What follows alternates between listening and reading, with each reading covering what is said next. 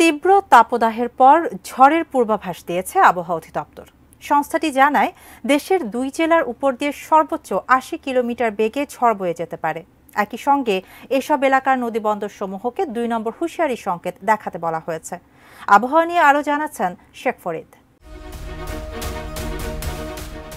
দেশের 2 জেলার উপর দিয়ে ঘন্টায় 60 থেকে 80 কিলোমিটার বেগে ঝোড়ো হাওয়া বয়ে যেতে পারে বলে জানিয়েছে আবহাওয়া অধিদপ্তর। একই সঙ্গে হতে পারে বজ্রসহ বৃষ্টি। 18 এপ্রিল দেশের নদীবন্দর সমূহের জন্য দেওয়া আবহাওয়ার পূর্বাভাসে এমন তথ্য জানানো হয়েছে।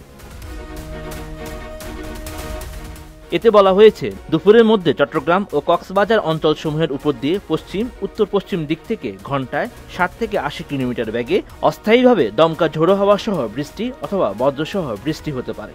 পাশাপাশি এসব এলাকার নদীবন্দর সমূহকে 2 নম্বর হুঁশিয়ারি সংকেত দেখাতে বলা হয়েছে। এদিকে আবহাওয়া অধিদপ্তরের 72 ঘন্টার পূর্বাভাসে বলা হয়েছে, আগামী 3 দিন দেশের বেশ কিছু অঞ্চলে ঝোড়ো হাওয়া সহ বৃষ্টি অথবা বজ্রসহ বৃষ্টি হতে পারে।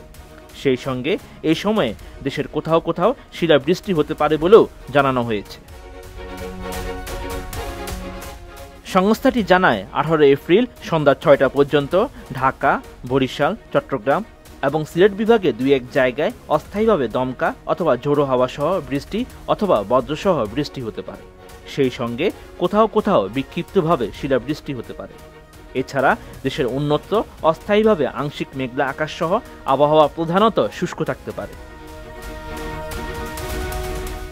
বর্তমানে রাজশাহী, পাবনা, বাগেরহাট, যশোর, চুয়াডাঙ্গা ও কুষ্টিয়া জেলাসমূহের উপর দিয়ে তীব্র তাপপ্রবাহ এবং ঢাকা, রংপুর, বরিশাল, রাজশাহী ও খুলনা বিভাগের উপর দিয়ে মৃদু থেকে মাঝারি ধরনের তাপপ্রবাহ বয়ে যাচ্ছে।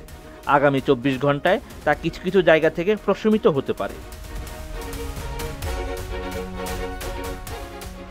19 এপ্রিল সন্ধ্যা 6টা পর্যন্ত চট্টগ্রাম এবং সিলেট বিভাগে 2-1 জায়গায় অস্থায়ীভাবে দমকা অথবা ঝোড়ো হাওয়া সহ বৃষ্টি অথবা বজ্রসহ বৃষ্টি হতে পারে।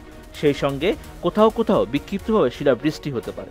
এছাড়া দেশের অন্যত্র অস্থায়ীভাবে আংশিক মেঘলা আকাশ সহ আবহাওয়া প্রধানত শুষ্ক থাকতে পারে। সারা দেশে দিন ও রাতের তাপমাত্রা প্রায় অপরিবর্তিত থাকতে পারে। জলীয় বাষ্পের আধিক্যের কারণে অস্বস্তি বিরাজ করতে পারে। 20 এপ্রিল সন্ধ্যা 6টা পর্যন্ত চট্টগ্রাম এবং সিলেট বিভাগে 2-1 জায়গায় অস্থায়ীভাবে দমকা অথবা ঝোড়ো হাওয়া সহ বৃষ্টি অথবা বজ্রসহ বৃষ্টি হতে পারে।